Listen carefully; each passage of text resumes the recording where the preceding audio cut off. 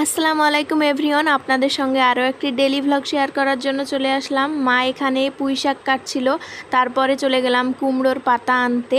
আর এখানে অনেকগুলো কলার গাছ আছে, কলা অনেক হয়েছে। তারপরে এদিকে একটা পেঁপে গাছও ছিল, পেঁপেও কিন্তু অনেক হয়েছে, দেখতেই পাচ্ছেন। তারপরে বাড়ি এসে আমি বানাচ্ছিলাম পাতুরি। এই পাতুরি রেসিপিটা কিন্তু খুব তাড়াতাড়ি আমি আপনাদের সঙ্গে শেয়ার করব। দুপুরবেলার খাবারে ছিল আজকে মার বানানো মাছের কালিয়া আর পুঁই শাক ডাল দিয়ে, আবার ছিল আলু ভাজা এবং আমার বানানো মাছের পাতুরি। তার সঙ্গে আমি একটি লেবুও কেটে নিয়েছি, যেহেতু ডাল আছে লেবু তো লাগবেই।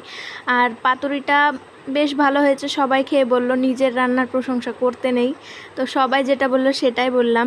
তারপরে বিকেলের দিকে চলে আসলাম বাড়ি যেতেই হবে, যেতে মন চায় না তাও যেতেই হবে, যেহেতু ছোট বাচ্চাদের পড়ানো আছে।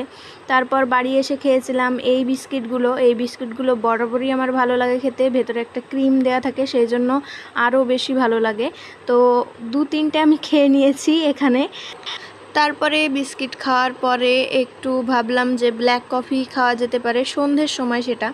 তো সন্ধেবেলায় আমি নিজের জন্য একটু বানিয়ে নিলাম ব্ল্যাক কফি। অনেক দিন থেকেই ব্ল্যাক কফি খাওয়ার আমার ইচ্ছে হচ্ছিল, বানানো হচ্ছিল না, তাই। এই ছিল আজকের ভিডিও। ভালো লাগলে লাইক, শেয়ার অ্যান্ড ফলো করবেন আমাকে। আর সবাই ভালো থাকবেন। আল্লাহ হাফেজ।